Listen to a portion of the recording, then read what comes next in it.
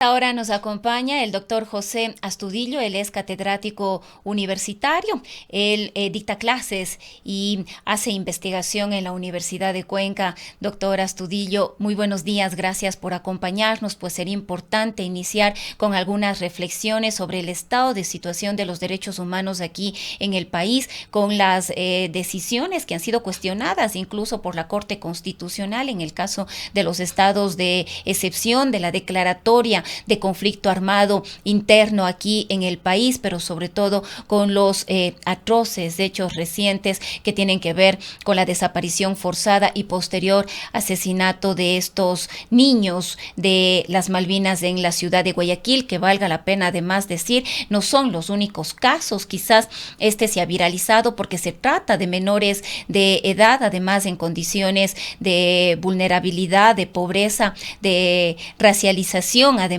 también, pero no son los únicos casos. Se habla de ejecuciones extrajudiciales, incluso la Human Rights Watch ha presentado un informe que da cuenta de que los derechos humanos están en estado de vulnerabilidad aquí en el Poniendo país. Bienvenido, doctor. el cable aquí. Le Muy buenos escuchamos. días, Rosana. Qué gusto escucharle y estamos todavía a tiempo para desearle un feliz año 2025, ¿eh? Y también a todos quienes siguen Antena Uno, tanto en la radio como en video. De hecho, que uno de los problemas que estamos viviendo en el Ecuador es la vulneración de los derechos humanos. Amnistía Internacional, Human Rights y muchas de las organismos de derechos humanos a nivel internacional ya han advertido que este permanente estado de sitio en el que vive nuestro país, provocado pues por el plan Fénix, que es el plan con el que el presidente Noboa inicia prácticamente su mandato. Él aprovecha esta situación en la que algunas personas tomaron uno de los canales de televisión y fue una noticia a nivel mundial para declarar el estado de sitio en el Ecuador e implementar el Plan Fénix, que tiene que ver con la militarización del país. Allí algunos elementos. No solamente es una militarización, sino es una estigmatización a todo aquella persona o grupo humano que esté en contra de las políticas que está llevando a cabo el presidente. En el Plan Fénix se ha denominado terroristas a todos quienes están en contra del gobierno, es decir, las bandas delincuenciales o los GDOs, los grupos de delincuencia organizada que habla el Estado, están equiparadas también a aquellos grupos de ecologistas, grupos ambientalistas, grupos de izquierda que no están de acuerdo con el régimen y que también elevan su voz de protesta. Entonces, se deja de hablar de delincuencia y se comienza a hablar de terrorismo. Se estigmatiza y se pone en un solo saco a todos quienes levantan su voz. Yo aquí quisiera puntualizar, hablando de derechos humanos, ¿sí? Cómo se consolidó la Carta de los Derechos Humanos que tenemos en este momento en el mundo.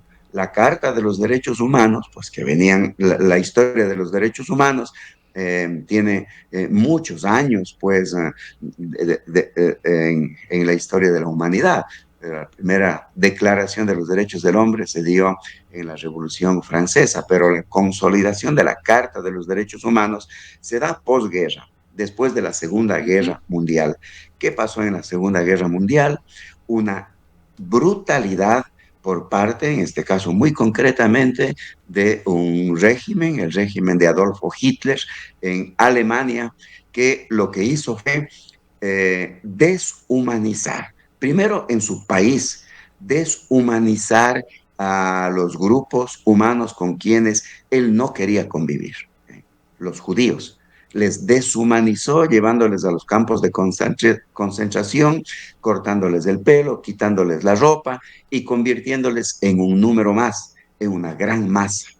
Intentó hacer eso también con aquellos que tenían opciones sexuales diferentes. Entonces, enseñó a la población alemana a odiar al diferente, a odiar al judío, a odiar a los pues de descendencia afroeuropea o población africana que vivía ahí, a odiar a los que tienen diferente opción sexual como personas inferiores, como personas que no son seres humanos, porque los senos para Adolfo Hitler, para el nazismo, eran solamente ellos, los de la raza aria. Entonces, la superioridad de una raza y la inferioridad de otra raza.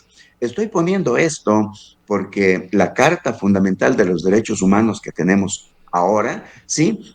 Surge para detener esa brutalidad de la Segunda Guerra Mundial.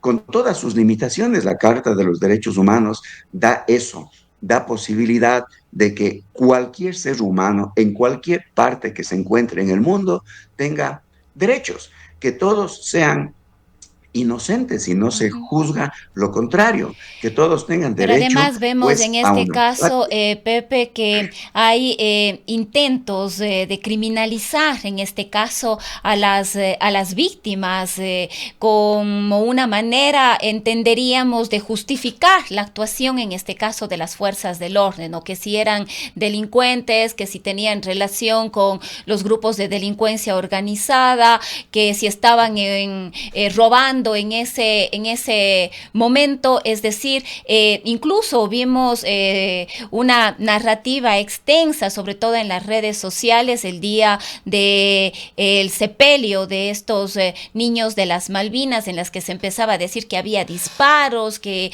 había presencia de los grupos de delincuencia organizada, en fin, este intento siempre, además de criminalizar a las víctimas, ¿no? En sus intentos de justificar los errores cometidos, las atrocidades, diría yo, porque estos ya no son errores. Es que es así, Rosanita, porque lo que estoy haciendo yo, este recuento, es para decir que en nuestro país se está imponiendo también esta forma de eh, hacer que se imponga el miedo y que se estigmatice también a los grupos que no necesariamente son con los que nosotros convivimos. Entonces, en un barrio, si hay una persona efectivamente afrodescendiente que camina por las calles, inmediatamente todo el barrio dice, cuidado, hay una persona, pues lo voy a decir así como suelen decir en las redes sociales, hay una persona negra que está andando por el barrio, hay que tener cuidado. Cuidado, es una persona que está andando por el barrio, parece que es venezolana. Debemos, o vinieron por acá para pedir caridad, es una persona venezolana, cuidado con esa persona de otro país. Rita Segato, que es una de las intelectuales argentinas más leídas en estos últimos tiempos, comenta que nosotros estamos en el fin de la era de los derechos humanos. Para ella, los derechos humanos en este momento se encuentran en franco deterioro, es decir, la humanidad como tal está estigmatizando a las otras personas. Los relatos del gobierno, los relatos de las redes sociales han hecho efectivamente que estos niños sean estigmatizados y se cometa una atrocidad, haciendo pues que se dé a los militares la justicia. Los militares no podían hacer sino otra cosa si tomaban estos niños, devolver a sus padres y devolver a sus padres en las condiciones que tomaron. Ni siquiera irles a dejar en el mismo lugar hubiese sido lo correcto, porque ya más tarde de noche tienen mayor riesgo. Pero ellos en el momento que les tomaron fueron responsables de esos niños. Si fueron a dejarles en un lugar desolado y en ese lugar desolado sufrieron pues atropello, etcétera, incluso de eso eran responsables. Pero acá Ujú. vemos que no. La responsabilidad es directa. La responsabilidad es directa porque estos niños han sido asesinados. A mí me parece que este hecho es un hecho que marca un hito en el país. No es un hecho aislado para marcar el miedo para la próxima presidencia, para el próximo mandato.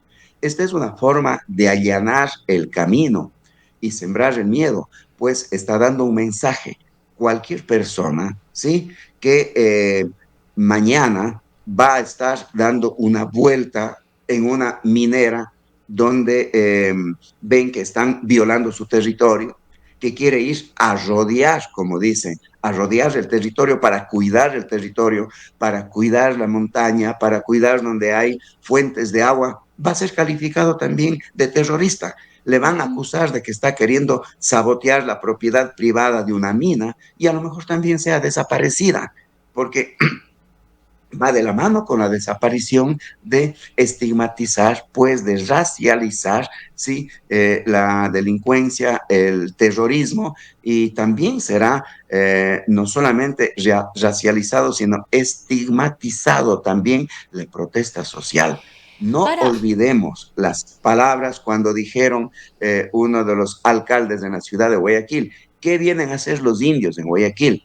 Tienen que ir al cerro. Los indios son unas personas que no merecen vivir en la ciudad. Entonces tienen que estar ellos viviendo en el cerro, cuidando las fuentes de agua, haciendo la producción para que nos den de comer. Esas formas son de estigmatización y también de allanar el camino para lo que puede venir en violación a los derechos humanos. Ahora, ¿cuáles son las lecturas, Pepe, que tiene usted respecto de las actuaciones del gobierno nacional, las decisiones que ha tomado y cómo ha venido actuando desde la desaparición de los niños hasta la fecha cuando le escuchamos al ministro José de la Gasca diciendo que no se puede hablar de crimen de Estado, defendiendo ciegamente a las fuerzas del orden, en este caso a las Fuerzas Armadas, advirtiendo que no va a haber ningún cambio ni en la cúpula del Ejecutivo que tiene que ver con los temas de seguridad y defensa, como así tampoco dentro de las Fuerzas Armadas o en la cúpula de las Fuerzas Armadas. ¿Cómo podemos leer estas actuaciones del gobierno?